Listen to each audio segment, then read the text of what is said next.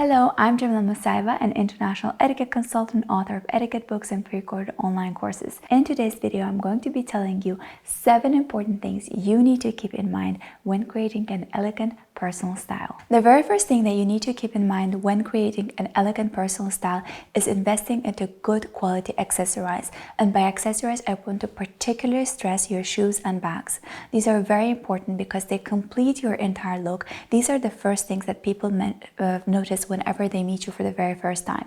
So if you happen to observe yourself from a side, what is the first thing you notice when you meet someone? It's most likely that your gaze goes down to their shoes as well as the bag to see how well it completes their entire look. This is done very subconsciously, but it's the thing that speaks volume. So in order to make sure that you make the first best impression, make sure that you choose the good, right quality shoes and bag. And when I say good quality, I don't necessarily mean high-end luxury brands. I just mean good premium quality leather goods. And speaking of which, I want to thank the paid partner for today's video, which is a premium leather company called Songmong, which does amazing quality bags. I love them for their style, which is, I think, effortless and so elegant. I love for its durability, for its versatility that I can wear it day and night. And I love how it has stood the test of time and it is looking as new as the time I purchased it for the very first time. I love my Songmong large song bag in cream apricot that I've been using over a year now. I love the basket shape with a great volume and how easy it is to fit in a lot of stuff in there, and the bag still keeps the perfect shape that it has. The leather is so soft and it's so durable. I've had this bag for over a year and see how fresh and nice it still looks. The hardware is gold plated and is fade resistant, which makes sure that the bag can stand the test of time. The best part of this bag is that it's super versatile. I can wear it in a hand, as a crossbody, or over a shoulder. It has a detachable strap which is easy to take off and put on. It goes perfectly well with casual wear and also really great for work or cocktail party. And versatility is very important for me in items of clothes and wardrobe. You can use my affiliate code to get discount on your purchase, and you can also see the link in the description box below. And my personal advice to you, if it's the first time you're creating an elegant wardrobe and you only have to choose one bag, opt for the bag that has a structured shape, which means that even if you take everything out of the bag, it's not folding into like non-definite shape, that it has a structure and it holds it even without the things inside, because these kind of a definite shape structure bags always look more elegant than the ones that can be folded. Also, if you only have to make a choice of one particular color, choose from the classical neutral tones like navy, black, beige, ivory, gray, brown, because these colors always look timeless and can pretty much work with any color in your wardrobe. The second important tip to keep in mind when you are creating an elegant personal style and creating an elegant wardrobe is understanding the versatility of the item. So let me be more clear about this, because I understand that people think, okay, how can I make jeans versatile? Because I don't think jeans are elegant. In my opinion, jeans can be worn elegantly. It depends on the fitting, on the color, on the style of a jean. So, for example, a ripped jean obviously can only serve you on days out, on days off, when you're out and about in a playground, maybe with your kids, and it's super comfortable, it's trendy, but it's not elegant. However, if you were to opt for say a pair of jeans that's high-waisted, of dark navy color or maybe dark black color, it is flared, and you pair it with a nice jacket, or you pair it with a nice blouse, it can look elegant. So a pair of jeans, depending on its style, can be worn in very different ways, and a pair of jeans by itself cannot be assessed as being elegant or not elegant. It's the way you style it that makes it elegant or not. So when you choose a pair of jeans, when you choose a dress, when you choose a cardigan, a blouse, always think of how many different ways can I wear it, because the more options you have in your wardrobe, the more elegant looks you can create with them. Another thing that I want to add to this point about versatility is how many on how many different occasions can you wear something. For example, if you are buying a jumpsuit, you can buy a jumpsuit that is sparkly, that has all different patterns, a lot of different crystals on it. Maybe it's super great, it's really fancy, it's super trendy. You can probably wear it to a lot of cocktail events, but can you really make it work for other occasions?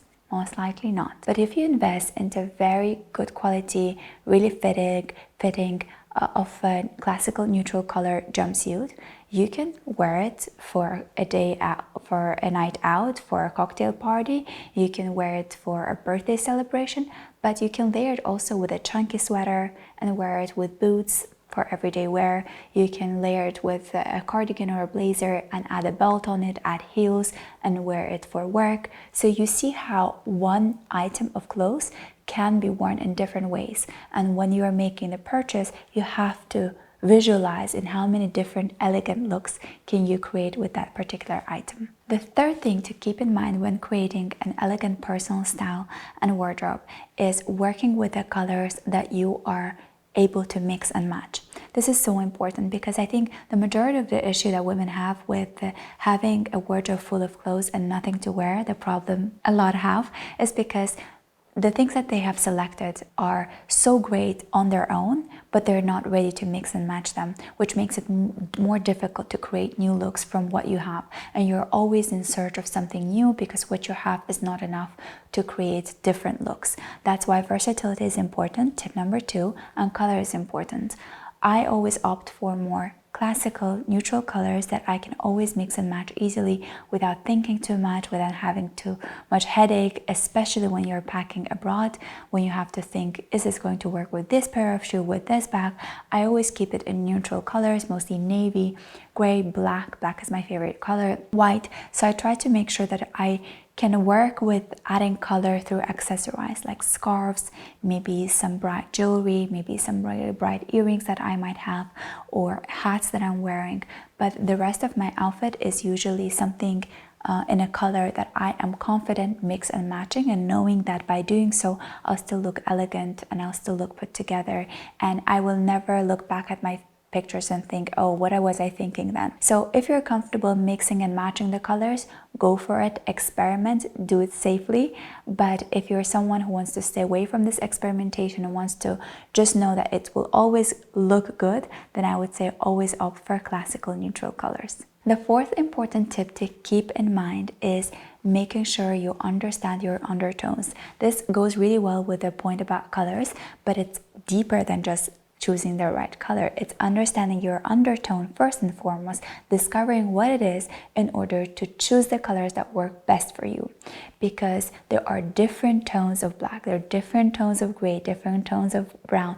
They're all different kinds of colors and all different tones within the same color. So there's some warmth to it, there could be some coolness to it. So understanding your undertone will help you better select the color that works best for you and the tone that works best for you. This is something I learned when understanding and learning more about etiquette and personal image, and how undertones were particularly underlooked in the segment of personal style. A lot of people focus on just the color of your skin without understanding what is the undertone, because fair people can be differently fair. So I have a very cool undertone, and I know what colors look good on me, and I know which ones don't do justice to me, so I stay away from those. But if I really like the color and I really want to have it, I'll add it somewhere further away from my face. So maybe I'll buy a pair of shoes in that color, or maybe I'll buy a bag in that color, or maybe I'll buy some interior item that I want to have in that color at home. I know, for example, that a lot of tones of beige don't look good on me. Better option for me will be really cool white rather than a warm beige. So I will add a beige bag or beige shoes, or I'll choose a beige pillow for home, but I'll stay away from something that is close to my face. So a shirt or dress or hat, I'll try to stay away from that. But if I really want to have something in beige color, I'll find something that has a cool beige color or cool undertone to it. So I've actually done a whole video on understanding your undertone and understanding which one is yours. Make sure that you watch that video before making your purchase, and I'll guarantee that it's going to make a huge difference in your wardrobe and personal style. The fifth important tip that you need to keep in mind when creating your elegant personal style is doing your math. And by that I mean understanding the versatility and understanding what is the primary place that you spend most of your time in. So which part of your life wardrobe should be the largest? Which one should you invest most in? And this is important because, again, the issue arises of having too much clothes and nothing to wear, or having too much clothes but not knowing how to look elegant and effortless, and being ready to step out to the world in 2 minutes, because a lot of people are just standing there in front of their wardrobe for hours having so much and knowing nothing about how to style or what to wear. For that, you have to work out your math beforehand to understand, okay, so most of my time I'm spending in the office. So I'm in the office 5 times a week, from 9 to 7 p.m. The majority of my life is spent in there. So which part of my wardrobe should be most invested in? Obviously, it's the office one, because oftentimes people that spend majority of their time in the office have a huge party closet and very small work closet, and then they don't know how to style it, particularly when they have chosen really bold party pieces that they cannot use for work. So speaking of versatility, this is very important.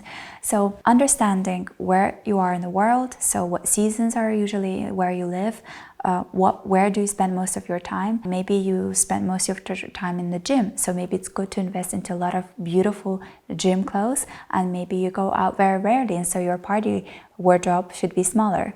So doing the math is very important so that you are always ready to step out in the best possible light and the best possible way. I realized that over the years of working that I would buy a lot of outerwear to wear for parties, and then I would only attend maybe, 10 parties a year, and then I would have nothing to wear for work meetings or for my teachings. And then I realized, okay, I can buy really nice, beautiful black dresses or jumpsuit that I can wear both for a cocktail and also for work. And that's how I've added more value to my closet, by doing my girl math. Point number 6, which I think is so important, is understanding your personal style. And by that I mean elegant can come in different forms and shape. I am a proponent of something that elegance doesn't come in just one look. It's not a blondie with pearls and a certain length of a dress of certain color. It's not what I'm trying to advocate for. I think that elegance can come in all kinds of shapes and forms. It's obviously a lot about your mindset, it's a lot about your body language, but it also comes with the way you style yourself and present yourself, almost like the way you wrap yourself to the world and present yourself. So it's really important that you find what is the style, or what is it that I want to convey to the world with what I'm wearing, what I'm trying to tell people about who I am. And it has to be genuine, it has to be authentic, it has to be real you. I have seen so many different elegant women of all different kinds of ages, that some were really into patterns and colors, others were really into just black color, others were really into light pastel colors. So it's really not just about the color or just about the structure, it's really about finding something that is truly genuinely representative of you. Finding a personal style can be a long way, it could be a lifelong journey. Your personal style can change over years, but it's really important to have some sort of understanding of who you are in the beginning. And for that, I think it's really good to find role models that you look up to. It's not bad to look up to someone. You don't have to idolize a person, and I don't like when people idolize someone and think they're the only people that can speak the truth, do the best. I think it's important to find people that you look up to, that you feel motivated by, that you feel inspired by, and then nitpick things that you like about them. What is it exactly I like about this person, or what is it exactly I like about that person? And then you can create a whole list of the things that you like, or perhaps the maybe items in the wardrobe that they're wearing, maybe the way they style their hair, maybe the way they look physically. What is it that you like about them? And then you can help yourself find your own voice, and then be authentic to yourself and find your personal style. Personally, for me, one of the biggest inspirations for me in my life, I think, in becoming a woman has been Audrey Hepburn. I have grown up, watching all her movies. I had a poster of her in my dorm room and in college. I loved the way she looked. I loved the way she spoke. I loved the way she carried herself. I loved her not just as an actress, but also as a person. The more I read about her, so I really tried to emulate her in some ways in her style. I can't say that I'm 100% doing what she did. Because I think we have very different physical appearance. We're differently built, so things that looked good on her did not really look good on me. So for example, she wore a lot of skirts that were up to her knee or slightly below her knee, and because she had quite bigger ankles as she was a ballerina, and so she had really well-defined ankles. I don't have that, and so for me it looks kind of disproportionate because I have bigger hips and really thin legs, and that just looks weird when I wear a skirt that is just below at my knee level or just below it. So I have to wear either a lot lower than that or a lot higher than that. She wore some pants that were at a lower or mid-rise level. That doesn't look good on me. I prefer to wear high-waisted pants. So I chose some things from her attires and pictures I saw of her wearing things that I got inspired by. But I can't say that I have taken everything from her style, because things that looked good on her don't look good on me. I understand that now over the years of experimenting with personal style. And there are other women that I look up to, and I always find things that, new things that I get inspired by, and I try experimenting it, see how it looks on me, and if it stands the test of time, then it becomes a part of my nature, and if it doesn't, then I let it go. I am someone who is not very much an admirer of trends. I like to see and watch things that have stood the test of time and still look good over the years. And that could be even a pair of good jeans, a pair of ballet flats, a good trench coat, really just a lot of things, or just a very simple signature makeup. Whatever it is that you find that works for you, you can adopt it and modify it to be genuine to you. And the last tip for today's video is hygiene over grooming. I think it's so important to stress this part, because when we're talking about elegant personal style and wardrobe, I cannot imagine a personal style or wardrobe without touching the subject of grooming, of hygiene. Hygiene is important, not just you're into taking care of yourself, obviously making sure that your hair is fresh, your makeup is fresh, that you don't smell a certain way, that you are clean, your skin is clean. So obviously taking care of yourself is very important, but also taking care of your items, of your clothes, making sure that it is well ironed, that is well aired if you haven't washed it,